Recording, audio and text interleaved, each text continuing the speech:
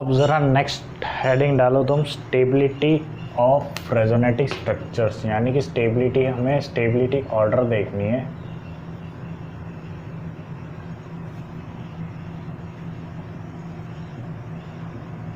Stability order of resonating structures, ठीक है। तो ज़रा स्टेबिलिटी हम किस तरीके से देखते हैं, जैसा कि अभी हमने याद करो पिछले वीडियो में इंडक्टिव इफेक्ट में तो हमने कुछ देखा ही नहीं। चलो, जो स्टेबिलिटी है, जो हमने सारे रेजोनेटिंग स्ट्रक्चर्स बनाए, तो उनमें से कौन सा रेजोनेटिंग स्ट्रक्चर सबसे ज़्यादा स्टेबल है या कौन सा रेजोनेटिंग स्ट्रक्चर जो है वो कम स्टेबल है, तो ये चीज़ हम किस तरीके से देखेंगे। तो उनका ऑर्डर देख लेना एक बार, कि सबसे पहले जो मैंने बताया कि हमेशा अनचार्ज स्पीसीज जो होगी वो ज़्यादा स्टेबल होगी as compare to charged species, ठीक है। स्पीसीज यहाँ पर जो स्ट्रक्चर को मान के चल रहे हैं, ठीक है, स्ट्रक्चर को मान के चल रहे हैं। और उसके बाद हमें फर्स्ट स्टेप में तो ये देखना है, ठीक है।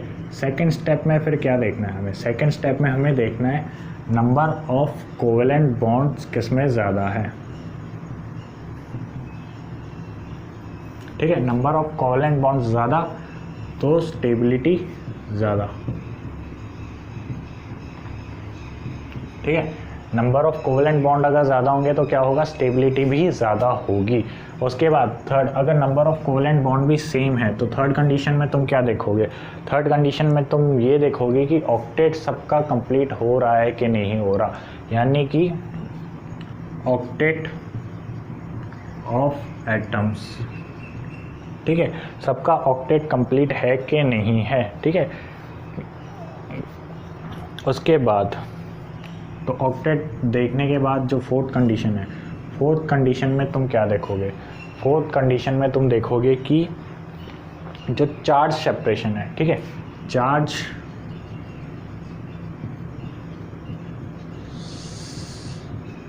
सेपरेशन देखना है। मैंने बताया था ना कि लाइक चार्जेस तो एक दूसरे के दूर होने चाहिए और अनलाइक चार्जेस एक दूसरे के नज़दीक होने चाहिए, ठीक है। तो उसी बेस पर जो है वो स्टेबिलिटी जज होंगी, ठीक है। तो हम किस तरीके से देखते हैं चार्ज सेपरेशन भी, कि लाइक चार्जेस तो लाइक चार्ज किस तरीके से होना चाहिए, अवे फ्रॉम ईच अदर कह लो या पूरे एटम पर समझ ही जाना। और अनलाइक चार्जेस जो होते हैं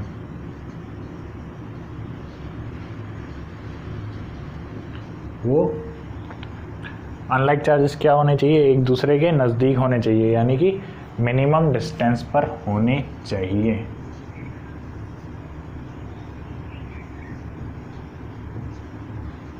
ठीक है। तो ये तो हो गया चार्ज सेपरेशन की बात। उसके बाद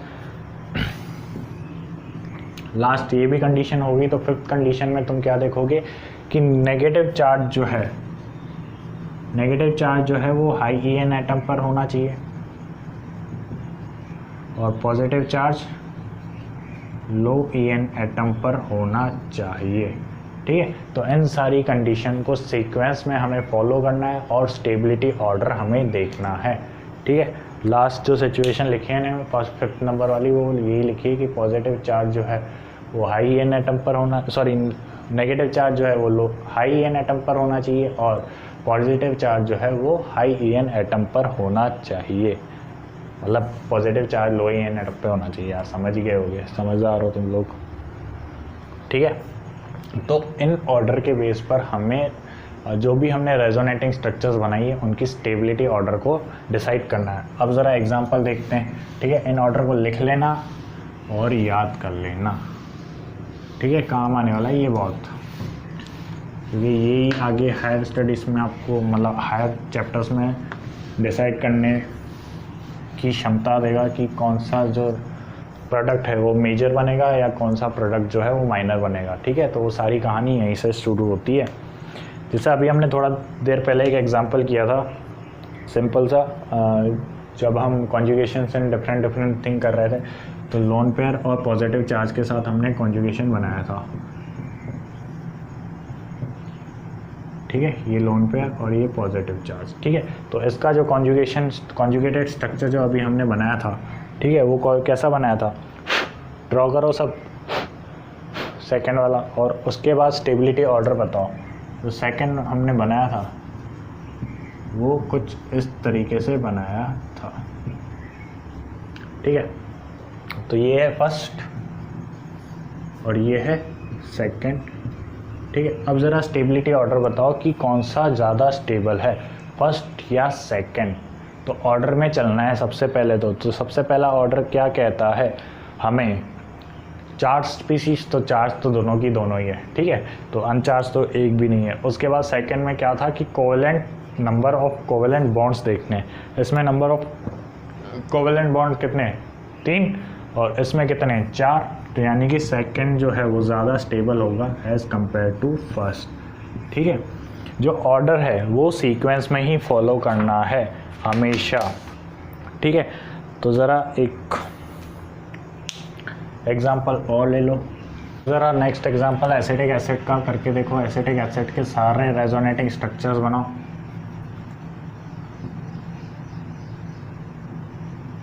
ठीक है, एसिटिक एसिड के सारे रेजोनेटिंग स्ट्रक्चर्स बनाओ और स्टेबिलिटी ऑर्डर बताओ कि कौन सा रेजोनेटिंग स्ट्रक्चर जो होगा वो सबसे ज़्यादा स्टेबल होगा। ठीक है, तो वीडियो को स्टॉप करो और ट्राई करो। अब ज़रा हम ट्राई करते हैं। तो सबसे पहले जो इसका रेजोनेटिंग स्ट्रक्चर होगा, ये बॉन्ड यहाँ चला जाए। ठीक है, तो क्या होगा, इस पर नेगेटिव और इस पर पॉजिटिव चार्ज। ठीक है, और यहाँ लोन पेयर है ही सही। ठीक है, उसके बाद इसका जो रेजोनेटिंग स्ट्रक्चर होगा, ये लोन पेयर यहाँ। ठीक है, तो ये नेगेटिव चार्ज, यहाँ डबल बॉन्ड और यहाँ नेगेटिव पॉजिटिव चार्ज। ठीक है, और दूसरा रेजोनेटिंग स्ट्रक्चर क्या हो सकता है, दूसरा रेजोनेटिंग स्ट्रक्चर जो कि पॉसिबल हो नहीं सकता लेकिन हमें बनाने तो सारे पॉसिबल हैं, कि सेकंड कंडीशन में ये है कि ये जो पाई बॉन्ड है वो यहाँ शिफ्ट हो जाए। ठीक है, ब्लू वाला पॉसिबल नहीं है लेकिन हमें सारे बनाकर देखने हैं। तो यहाँ पॉजिटिव चार्ज और यहाँ नेगेटिव चार्ज और OH।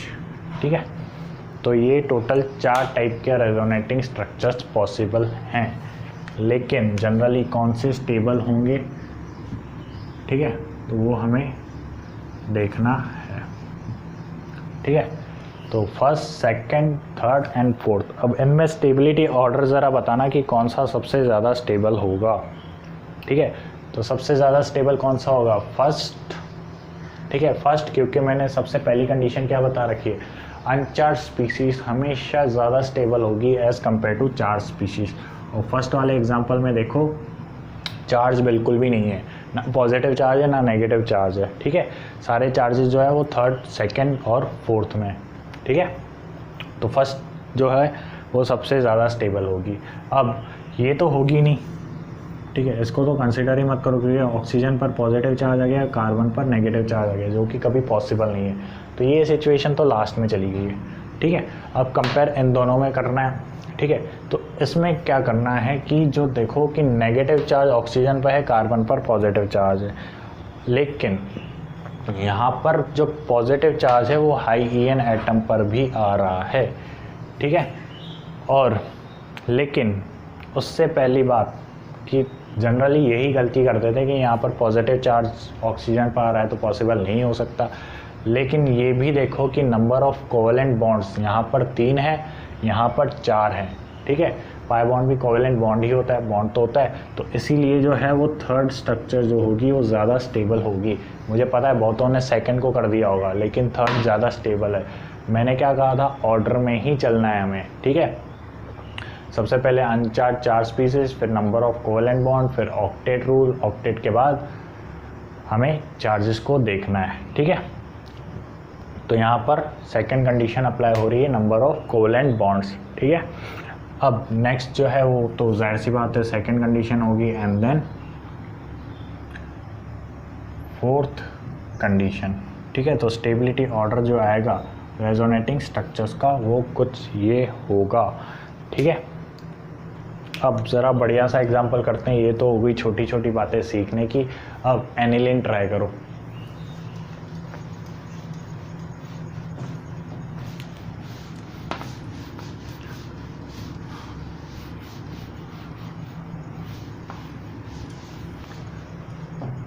एनिलीन ट्राई करो रे भाई, एनिलीन ट्राई करो।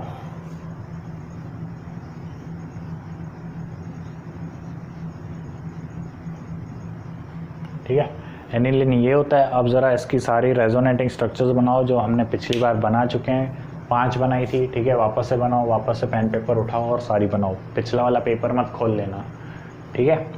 तो सबसे पहले वापस से ये रेजोनेटिंग स्ट्रक्चर्स। अब मैं अलग अलग पेन से मार्क करके नहीं बताऊंगा यार, बहुत बोरिंग लगता है, ठीक है। तो मैं सारे ऐसे बना दूंगा रेजोनेटिंग स्ट्रक्चर्स।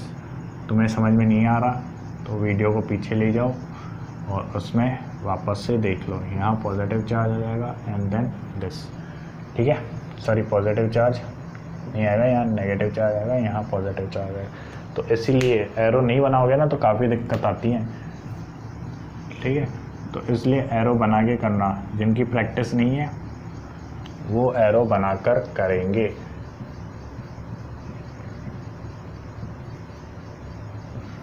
फिर उसके बाद वाली स्ट्रक्चर,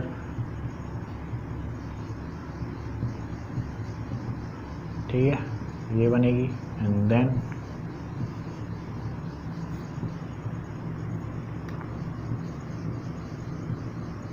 ठीक है, ये स्ट्रक्चर्स होंगी। तो जो स्ट्रक्चर बन रही है वो बन रही है first, second, third, fourth and fifth, ठीक है। तो ये सारी स्ट्रक्चर्स हैं। अब ज़रा इनका स्टेबिलिटी ऑर्डर बताओ।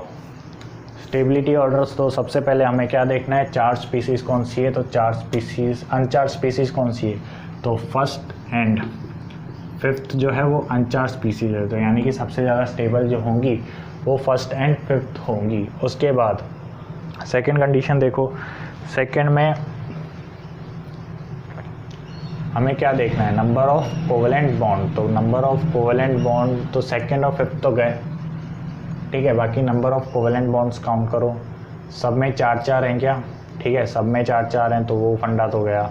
उसके बाद ऑक्टेट ट्राई करो, तो ऑक्टेट भी सबके ऑलमोस्ट कंप्लीट हैं, ठीक है। उसके बाद चार्ज की अगर हम बात करें तो चार्ज देखो ज़रा, सेकंड में नेगेटिव चार्ज कार्बन पर है और पॉजिटिव चार्ज नाइट्रोजन पे, ठीक है। सिमिलरली सेम कंडीशन फोर्थ में भी है, लेकिन जो नेगेटिव और पॉजिटिव चार्ज हैं वो नज़दीक है एज़ कंपेयर टू थर्ड में। थर्ड में जो लाइक चार्जेस हैं वो बहुत ज़्यादा दूर हैं। तो इसीलिए सेकंड और फोर्थ की जो कंडीशन है वो सेम है और उनकी स्टेबिलिटी ज़्यादा होगी एज़ कंपेयर टू थर्ड, ठीक है। क्योंकि थर्ड में जो अनलाइक चार्जेस हैं वो बहुत ज़्यादा दूर हैं, ठीक है। तो इसी तरीके से सारे ऑर्डर्स को देखना आना चाहिए। स्टेबिलिटी ऑर्डर हम किस तरीके से देखते हैं, ठीक है। तो ये तो हो गया एग्जांपल एनिलीन में, ठीक है। तो और खुद भी एग्जांपल्स ट्राई करते रहो। नाइट्रोबेंजीन में ट्राई कर लो एक बार खुद, ठीक है, नाइट्रोबेंजीन में ट्राई करो सिमिलरली। उसके बाद फिनॉल में ट्राई कर लो। तो सब में रेजोनेटिंग स्ट्रक्चर्स बनाकर ट्राई करो इनका ऑर्डर को अप्लाई करने की, ठीक है। नेक्स्ट हेडिंग डाल लो तुम एक्सेप्शंस। एक्सेप्शन यानी कि जो ये हमने ऑर्डर लिखा वो किस में फॉलो नहीं होता, और ये एक्सेप्शन याद करने की ज़रूरत बिल्कुल भी नहीं है। इसका भी मैं कॉन्सेप्ट तुम्हें बताऊंगा, ठीक है। पर इसका जो कॉन्सेप्ट है वो हम एरोमेटिसिटी में आगे पढ़ेंगे। तो अभी तो सिर्फ हल्का सा उन बातों को समझ लो कि क्यों जो ये है स्टेबल, मतलब उस ऑर्डर को फॉलो नहीं करते। जैसे कि ये एक स्ट्रक्चर है तो इसकी जो रेजोनेटिंग स्ट्रक्चर होगी वो क्या होगी, क्या हो सकती है कि पॉजिटिव चार्ज यहाँ आ जाए, मतलब ये बॉन्ड एक रिंग में शिफ्ट हो जाए, ठीक है।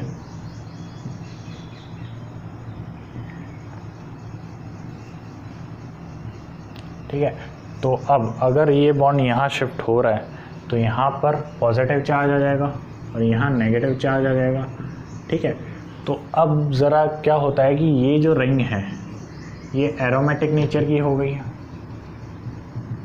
ठीक है, और ये जो ऊपर वाली रिंग है ये भी एरोमेटिक हो गई है, ठीक है। तो इसकी वजह से ये जो चार्ज आने की वजह से दोनों की दोनों रिंग्स जो होती हैं वो एरोमेटिक हो जाती हैं और जो कंपाउंड है वो एरोमेटिक कंपाउंड हो जाता है। और एरोमेटिक कंपाउंड जो होता है वो हाईली स्टेबल होता है। इसीलिए यहाँ पर जो है अनचार्ज स्पीसीज़ के कंपैरिजन में चार्ज स्पीसीज़ ज़्यादा स्टेबल हो जाता है, क्योंकि जो कंपाउंड है चार्ज होने के बाद वो एरोमेटिक कंपाउंड बन जाता है, ठीक है। अब एरोमेटिक किस तरीके से हम देखते हैं, एरोमेटिसिटी, ठीक है, एरोमेटिक, नॉन एरोमेटिक, ठीक है, ये सब हम आगे एक पूरा पार्ट है जीओसी का उसमें हम देखेंगे, ठीक है। अभी तो सिर्फ बात को समझ लो कि क्यों जो है वो चार्ज स्पीसीज़ ज़्यादा स्टेबल हो जाती है अनचार्ज स्पीसीज़ में। तो वो एक एक्सेप्शन में लिख लो बात को अलग से, ठीक है। अब ज़रा ये एग्जांपल देखना,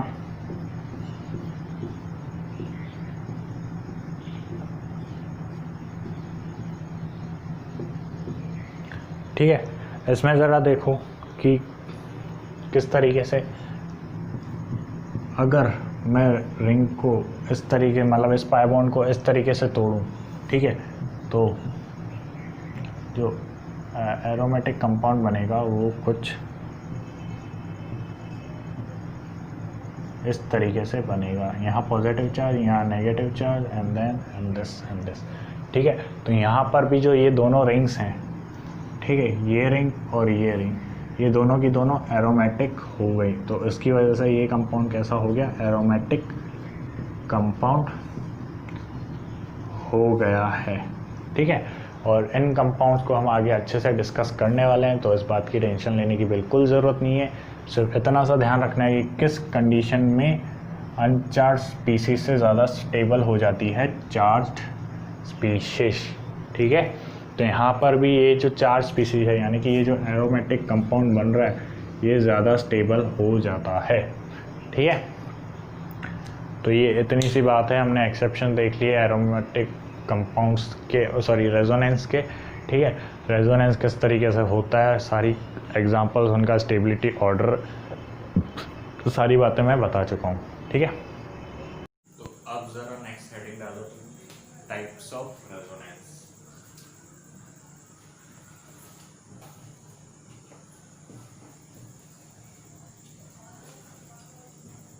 टाइप ऑफ रेजोनेंस, ठीक है। तो रेजोनेंस जो है वो टोटल दो टाइप के होते हैं। कौन से? एक तो होता है प्लस हाफ, ठीक है, या इसको तुम प्लस एम इफेक्ट भी बोल सकते हो, ठीक है, पीजोमेरिक इफेक्ट। और दूसरा होता है माइनस आर या फिर माइनस एम इफेक्ट, ठीक है। तो अब ये प्लस आर और माइनस आर होते क्या हैं, इस बात को समझना है। तो सिंपल सा इंडक्टिव इफेक्ट याद है। इंडक्टिव इफेक्ट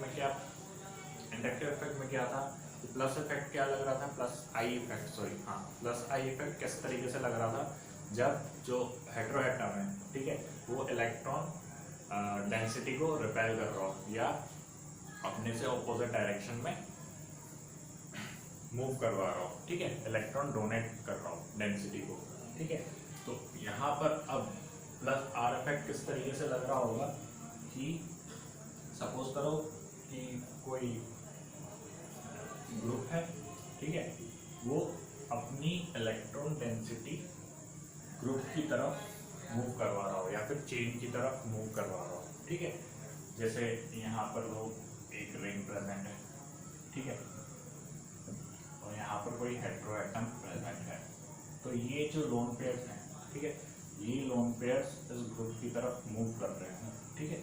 ये अपनी हेटेरोएटम जो है वो इलेक्ट्रॉन डेंसिटी को रिपेल करवा रहा है। तो ये जो ग्रुप है वो कौन सा हो गया, इलेक्ट्रॉन डोनेटिंग ग्रुप हो गया, ठीक है। तो ये जो इस तरीके का इफेक्ट है वो क्या कहलाएगा, प्लस आर इफेक्ट या फिर प्लस एम इफेक्ट। अब माइनस आर इफेक्ट किस तरीके से लगता है, ये हेटेरोएटम है, ठीक है, जी ग्रुप, ठीक है। तो अब इस कंडीशन में क्या होगा कि ये जो है इस बाय इलेक्ट्रॉन डेंसिटी को ले रहा हो, यानी कि अपनी तरफ अट्रैक्ट कर रहा हो, अपनी तरफ अट्रैक्ट करेगा तो यानी कि इलेक्ट्रॉन डेंसिटी बढ़ाएगा, नेगेटिव चार्ज बढ़ाएगा, तो यानी कि माइनस आर इफेक्ट, ठीक है। जो सारे माइनस आई इफेक्ट हो गए, माइनस आर इफेक्ट हो गए, ठीक है, या प्लस आई इफेक्ट हो गया, या प्लस आर इफेक्ट हो गया, तो ये जो इफेक्ट है ना वो हेटेरो एटम के बेसिस पर डिसाइड होगा, ठीक है। अगर हेटेरो एटम जो है वो इलेक्ट्रॉन्स को अपनी तरफ खींच रहा है तो यानी कि माइनस आई इफेक्ट, या फिर अगर रेजोनेंस इफेक्ट लग रहा है तो माइनस आर इफेक्ट। और अगर अब हेटेरो एटम इलेक्ट्रॉन डेंसिटी को रिपेल कर रहा है यानी कि छोड़ रहा है, ठीक है, तो कौन सा इफेक्ट हो गया, प्लस आई इफेक्ट अगर इंडक्टिव इफेक्ट लग रहा है, या फिर प्लस आर इफेक्ट अगर रेजोनेंस इफेक्ट लग रहा है, ठीक है। सिमिलरली और एग्जांपल देख लो, जैसे रिंग में, ठीक है, इस तरीके से प्रेजेंट है, तो ये हेटेरो एटम की तरफ मूव कर रही है, ठीक है, ये हेटेरो एटम हो गया, ठीक है, इसकी तरफ अगर मूव कर रही है तो ये कौन सा इफेक्ट हो गया, माइनस आर इफेक्ट या फिर माइनस एम इफेक्ट, ठीक है। तो ये तो बात हो गई ग्रुप्स की, ठीक है, सिंपल से कंसेप्ट की। अब जरा हम एग्जांपल्स देख लेते हैं कि कौन कौन से ग्रुप जो हैं वो प्लस आर इफेक्ट लगाते हैं और कौन से ग्रुप्स माइनस आर इफेक्ट लगाते हैं, ठीक है। तो जनरली जो प्लस आर इफेक्ट के ग्रुप्स देख लेते हैं सबसे पहले, तो एल्कोहल, ठीक है, ये प्लस आर इफेक्ट लगाता है। अमाइन ग्रुप, ये भी प्लस आर इफेक्ट लगाता है। ओ आर ग्रुप, ये भी प्लस आर इफेक्ट लगाता है, ठीक है। NHR ग्रुप, ये भी प्लस आर इफेक्ट लगाता है। NR2, ये भी प्लस आर इफेक्ट लगाता है, ठीक है, ये भी प्लस। फिर उसके बाद क्लोरीन, क्लोरीन, ब्रोमीन, ठीक है, इनके पास लोन पेयर होते हैं तो ये भी जनरली प्लस आर इफेक्ट लगाते हैं। आयोडीन, ठीक है, ये भी प्लस आर इफेक्ट लगाता है। उसके बाद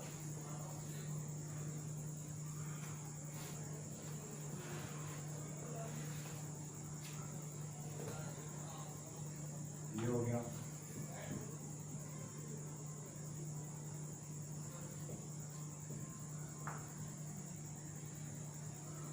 तो ये सारे ग्रुप जो हैं वो प्लस आर इफेक्ट लगाते हैं इन जनरल केसेस। अब जरा माइनस आर की बात कर लेते हैं, ठीक है, कि माइनस आर इफेक्ट कौन कौन से ग्रुप्स लगाते हैं। तो माइनस आर ग्रुप जो लगाते हैं वो जनरली होते हैं,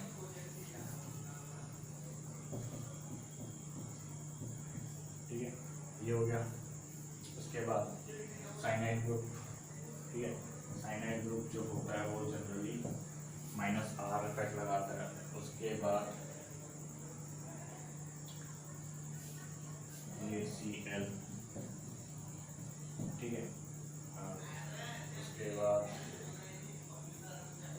जनरली ये ग्रुप्स जो होते हैं वो माइनस आर इफेक्ट लगाते हैं, ठीक है,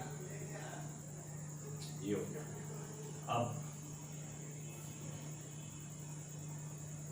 ये जनरली माइनस आर इफेक्ट लगाते हैं और ये जनरली प्लस आर इफेक्ट लगाते हैं। तो इन ग्रुप्स को नोट कर लो, एक बार लिख लो, ठीक है। उसके बाद जब हम एग्जांपल्स करेंगे तब उनमें इनको अप्लाई करना सीखेंगे, ठीक है। तो ये सारी बात होगी माइनस आर और प्लस आर। अब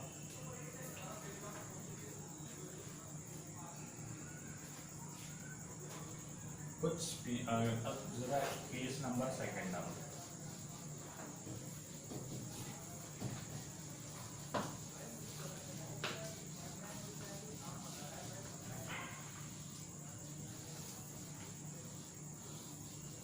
इन्हीं ग्रुप्स के नीचे एक केस नंबर सेकंड डाल के एक बात नोट कर लो, इस तरीके से केस सेकंड डाल लो। और कुछ ऐसे ग्रुप्स होते हैं, ठीक है, जो प्लस आर और माइनस आर दोनों इफेक्ट शो करते हैं, ठीक है, यानी कि ऐसे ग्रुप जो प्लस आर और माइनस आर दोनों इफेक्ट शो करते हैं, तो यानी कि ये कंडीशन पर डिपेंड करता है। अब किस तरीके से देखो, जैसे ये बेंजीन के ऊपर NO ग्रुप लगा हुआ है, ठीक है, तो यहाँ पर अब इसके पास लोन पेयर भी है और ये ऑक्सीजन भी है, तो एक कंडीशन तो ये हो सकती है कि ये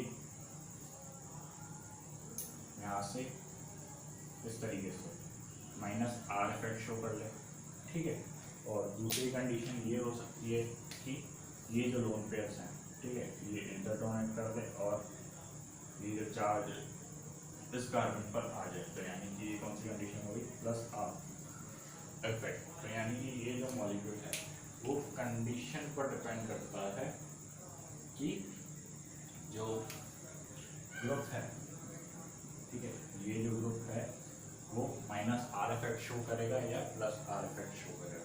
सिमिलरली सल्फोनो ग्रुप, ये हो गई बेंजीन, ठीक है, ये सल्फोनो ग्रुप। अब यहाँ पर देखना, ये कंडीशन है, तो यहाँ पर भी दो कंडीशन अराइज होती है। यहाँ पर भी सल्फर के पास हमें पता है कि लोन पेयर्स होते हैं, दो कंडीशन अराइज होती है, या तो ये माइनस आर इफेक्ट लगा ले, ठीक है, या फिर ये सल्फर अपने इलेक्ट्रॉन्स डोनेट करके प्लस आर इफेक्ट लगा ले, ठीक है, तो दो कंडीशंस अराइज हो रही है यहाँ पर भी। सिमिलरली विनाइल ग्रुप, बेंजीन के ऊपर अगर विनाइल ग्रुप होगा तो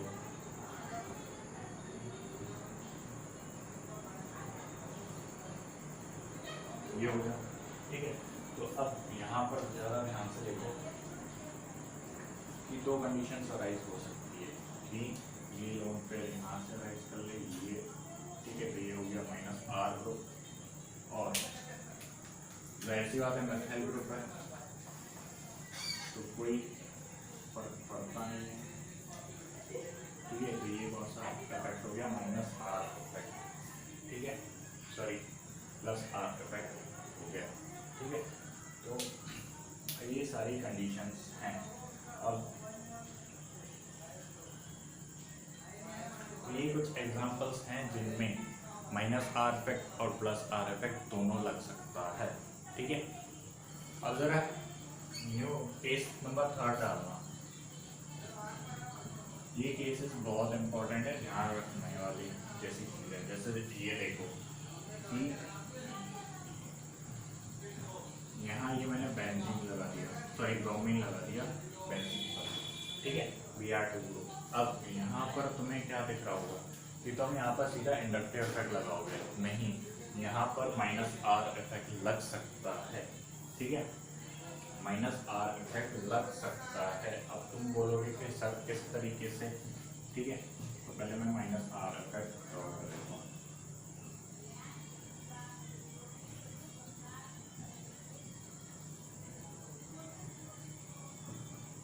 ये कुछ इस तरीके से होगा, ठीक है। तो अब ये इफेक्ट आखिर लग किस तरीके से रहा है, तो ज़रा ध्यान से देखो यार, इसके पास ब्रोमीन के पास वैकेंट p ऑर्बिटल होती है कि नहीं होती,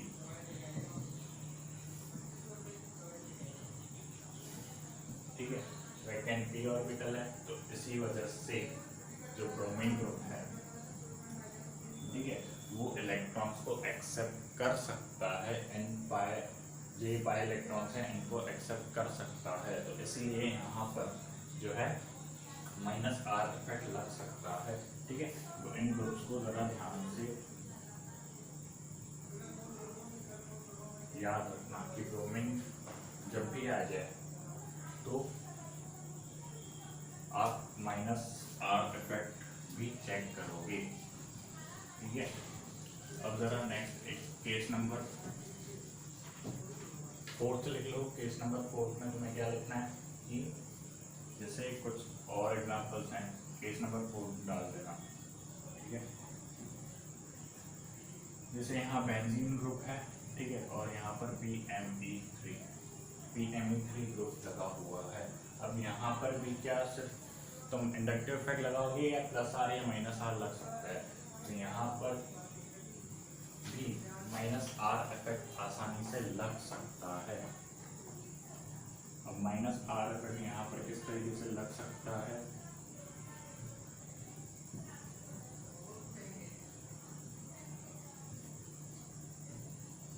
यहाँ पर भी plus are effect sorry minus are effect लग रहा है, क्योंकि जो PMe3 ग्रुप है इसके पास वैकेंट p ऑर्बिटल्स प्रेजेंट हैं। ठीक है, वैकेंट d ऑर्बिटल्स में ये इलेक्ट्रॉन्स को एक्सेप्ट कर लेगा, तो इसलिए यहाँ पर भी माइनस आर इफेक्ट लग सकता है। तो इस बात का यहाँ पर ध्यान रखना कि अगर 10 PMe3 ग्रुप लग जाए, ठीक है, ये अगर ग्रुप्स आ जाए तो यहाँ पर माइनस आर इफेक्ट लग सकता है। तो इन बातों का ज़रा ध्यान रखना। ये छोटी छोटी बातें हैं, जो यही छोटी छोटी कंसेप्ट वाली बातें होते हैं जो जनरली क्वेश्चंस में एग्जामिनर पूछता है, ठीक है, और हमारे कॉन्सेप्ट लेवल को चेक करता है। ठीक है, तो इन्हीं बातों का ध्यान रखना है। लास्ट में हम एक्सरसाइजेस करेंगे, अभी क्वेश्चन प्रैक्टिस करेंगे, तो उसमें ये सारे कंसेप्ट यूज़ हो रहे होंगे, तो हम इन सबको देखेंगे।